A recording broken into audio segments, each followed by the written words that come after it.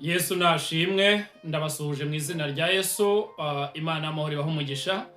Uyu munsi ndumva nshaka kuganira namwe ku ijambo ry'ihumure, ku ijambo ryiza Imana yashyize ku mutima wanjye. Muri uyu munsi hari ikintu kimwe nshaka kuvugaho. Amajoro yose mu buryo bumwe cyangwa ubundi aba ari umukara cyangwa se aba ari umwijima. Usibye wenda mu bihugu byateye imbere niho udashobora kumenya nimba bwije cyangwa se ari ryari, nubwo wabimenya ariko na nijoro usanga wenda hari umucyo bitewe n'amatara baba barashyizeho, ku buryo ubona nyine ariko hari umucyo ushayininga. Ariko mu buryo bumwe cyangwa ubundi ijoro ryose riba ari ijoro. Ijoro ni ijoro, waba mu gihugu gikize biba ari ijoro, yaba mu gihugu gikennye biba ari ijoro, yaba mu gace runaka byitwa ijoro. It's a night.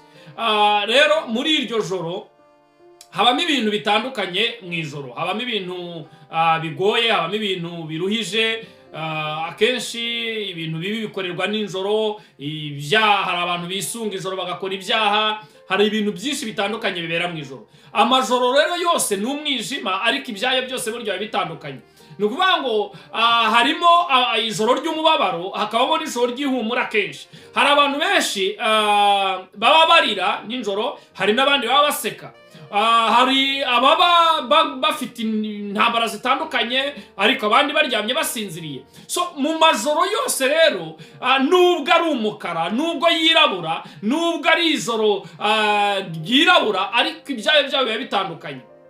Ni kimwe nuko uko amajoro yose yirabura, ibyayo bikaba bitandukanye. Ni kimwe nuko amanywa aba ari umucyo, ariko naho ibyaho bigatandukana. Hari igitondo cy'ihumure, hari n'igitondo cy'amarira. Twabonye abantu benshi babyuka baseka, banezerewe, bari mu birori, tukabona n'abandi babyuka bari mu marira, bari mu gahinda.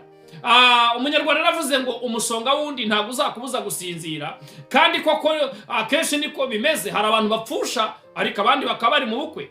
Hari abantu baba bari mu bukwe, abandi bari mu bitaro. So ibintu byose rero Yobu yanditse mu bice 5 ngo ubwishobora byose imenya ibihe. Niki gituma abayizi cyangwa se abayizera batamenya impinduka yabyo? Mwene data, hari impinduka y'ibihe ku buzima bwawe.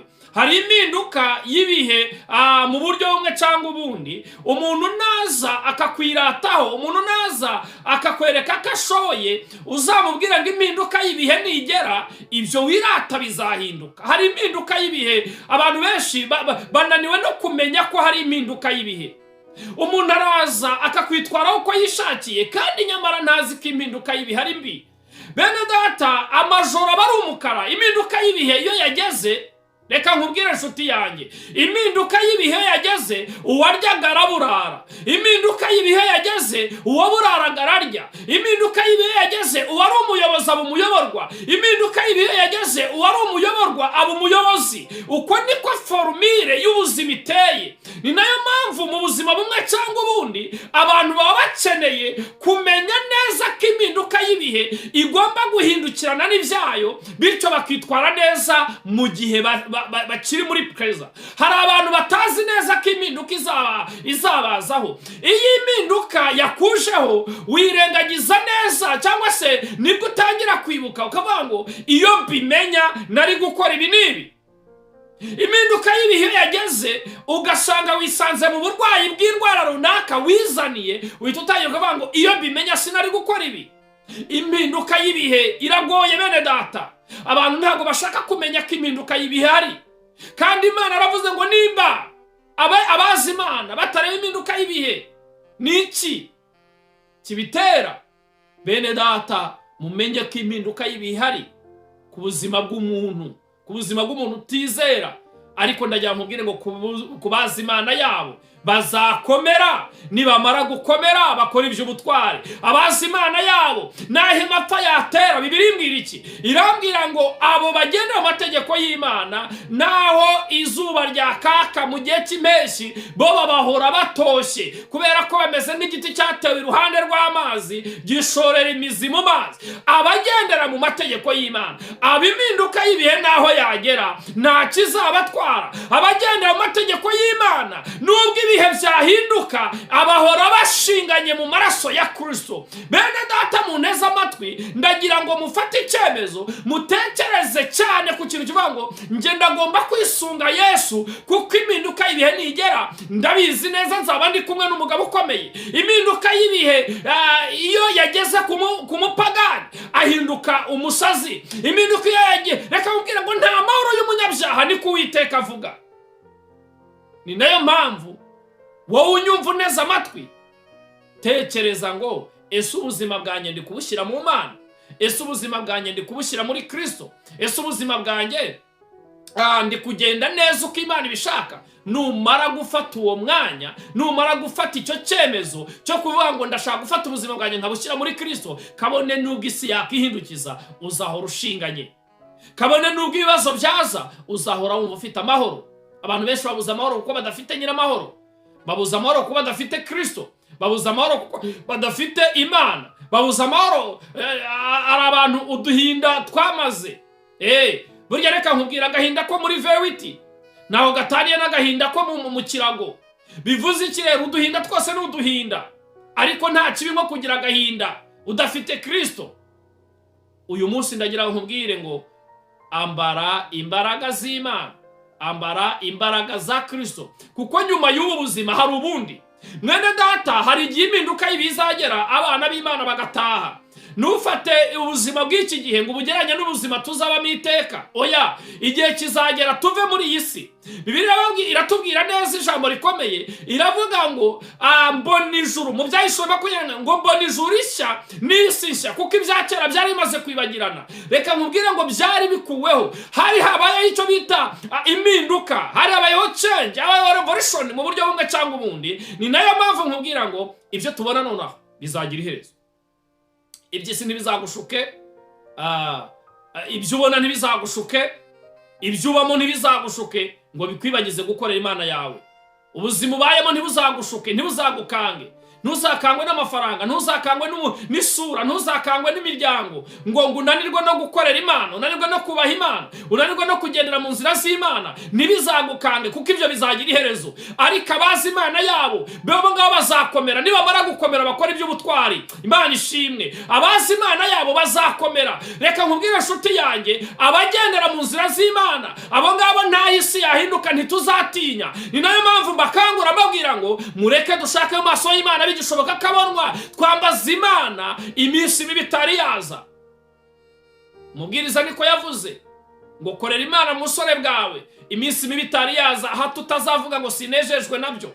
Ni nayo mpamvu nkubwiye ngo iki ni cyo gihe cyawe nanjye. Iki ni cyo gihe cyo kongera gukorera Imana, iki ni cyo gihe cyo kugendana n'Imana, iki ni cyo kongera kuvugana n'Imana, iki ni cyo kongera ukumva yuko ubwami bw'Imana ugomba kubushyira mu mutima wawe. Birashoboka ko umaze igihe kirekire warasubiye inyuma, birashoboka ko umaze igihe bakubwiriza baranze kumva, ariko najya nkubwira ngo impinduka y'ibihe nigera uzifuza akagakiza bakubwira utakikabonye, uzifuza kugaruka mu nzu y'Imana utakibibonye, kubera ko impinduka Bibiliya iravuga ngo umutima wawe yakahebwa Imana irawureka. Bene data, ndagira nkubwire ngo iki ni cyo gihe cyo kongera kugendana n'Imana. Nimba Yohana ku kirwa Patimo yareretswe iby'ijuru rishya, muri usome igice cya 21 cy'ibyahishuwe, hari umurongo ujya nkunda cyane, umurongo wa 4, ibanga izahanagura amarira yacu ku maso. Bene data, najya nkubwire ngo tuzahanagurwayo twarize. Ntibazagushuke ngo uzahanagurwayo utarize. Oya, ntabwo uzahanagurwayo warize.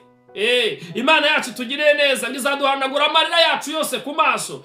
Ngo kandi urupfu ntiruzabaho ukundi, kandi umuborogo cyangwa gutaka cyangwa kuribwa ntibizabaho ukundi, kuko ibya mbere bishize. Hari impinduka y'ibya mbere bizaba bivuyeho, hagezeho iby'ubuzima bw'iteka. Uyu munsi ni wowe nanjye, uyu munsi ni wowe n'umuvandimwe wawe kumusensibiliza, ukamubwira ati nyamuneka mureke ubuzima bwacu tubushyire mu murongo wa Kristo, tubushyire muri Kristo, kuko niwe nyiri gutanga amahoro, niwe nyiri ubuzima. Abantu benshi basigaye bashaka ibintu aho gushaka nyiri ibintu. Abantu benshi basigaye bashaka imitungo, ariko mwibuke ko hari nyiri imitungo. Muri Matayo handitse ijambo rivuga ngo mushake ubwami bw'Imana no gukiranuka, ibindi byose muzabyongererwa. Wishakisha ibintu kuruta gushaka nyiri ibintu, wishakisha imibereho kuruta gushaka nyiri imibereho, wishakisha amafaranga kuruta gushaka nyiri amafaranga, wishakisha ibintu runaka kandi usize nyirabyo, ahubwo banza ushakisha nyiri ibintu byo bizaza bimukurikiye. Reka nkubwire, nutunga nyiri ibintu nabyo azaza bizanye, ariko nutunga ibintu nutunga nyirabyo, ibintu bizayoyoka kubera ko ntabwo bizaba bifite icyo bita foundation ya nyirabyo. Ni nayo mpamvu uyu munsi tunga ibintu, ariko banza utunga nyirabyo, banza ushake nyiri ibintu, banza ushake nyiri gutanga ibintu, banza ushake nyiri umugisha, banza ushake ibindi byose, ubundi ibyo byose uzabyongererwa. Mana itugirire neza. Wiharanira gushaka ibintu wirengagije ko ari we yabubatsi banze, ariko kuri Uwiteka rigakomeza imfuruka. Wishaka kubaho mu buzima bwo gutera umugongo iryo buye yabubatsi banze, kuko niyo fondasiyo y'ubuzima bwawe. Nuhamagara Yesu mu rugo rwawe, azakubakira urugo rwiza. Nuhamagara Yesu muri business yawe, azagukora business nziza. Nuhamagara Yesu muri eglise uyoboye, azakuyoborera eglise neza. Nuhamagara Yesu mu bana bawe, azakuyoborera abana bawe neza. Ariko nutera umugongo Kristo, utera umugongo Imana, ndakubwiza ukuri ko ubuzima bwawe buzabaho bwiyobora. Uzasanga usomye rya jambo rivuga ngo naraguhamagaye uraninira, nanjye nzagukina ku mubyimba icyo watinyaga kikugezeho. Uyu munsi muri iri jambo ngufitiye, hagarara kigabo, urwane kigabo, wongere imbaraga zo gushaka mu maso y'Imana. Kubera iki? Impinduka y'ibira hari inshuti yanjye. Twabonye abakomeye impinduka ibahindukiraho bajya hasi.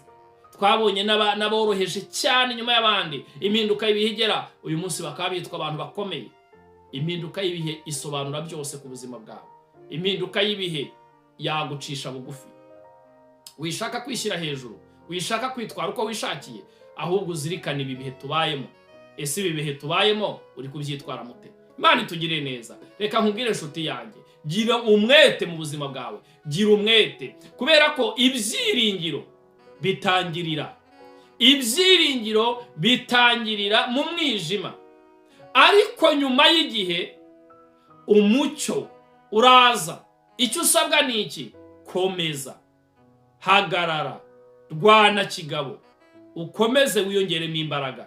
Nubwo ibyiringiro byawe byatangiriye mu mwijima, ariko nukomeza urugendo bizarangirira mu mucyo. Imana itugirire neza. Imana ibaho umugisha. Nabibutsaga ngo mwibuke ibihe, mwibuke na nyiri ibihe. Nimurangiza mwegera Imana, nayo izabegera. Mushaka Imana, nayo izabashaka. Mukundisha Uwiteka umutima wanyu wose n'ubwenge bwanyu bwose, ndetse mukunde na bagenzi banyu nk'uko mwikunda. Imana itugirire neza. Mureke dufatire umwanya twisuzume muri twebwe, hanyuma niturangiza dukora ibikwiye. Reka dusenge, hanyuma ni wowe nanjye wo gutekereza ku mpinduka y'ibihe. Imana itugirire neza. Mwami Imana yacu, ndagushimye ko wabanye natwe, wakoze kutugirira neza. Cyubahiro kibi cyawe no gupfukamirwa ibyawe, urakoze kubikoze. Uha umugisha bumvise iri jambo, kandi Mwami Imana rihindure mu mitima yabo, kugira ngo barusheho kugushaka ndetse no gushaka amaso hawe. Urakoze, izina ryawe rihimbazwe mu izina rya Yesu. Amen, amen, amen. Imana ibahe umugisha.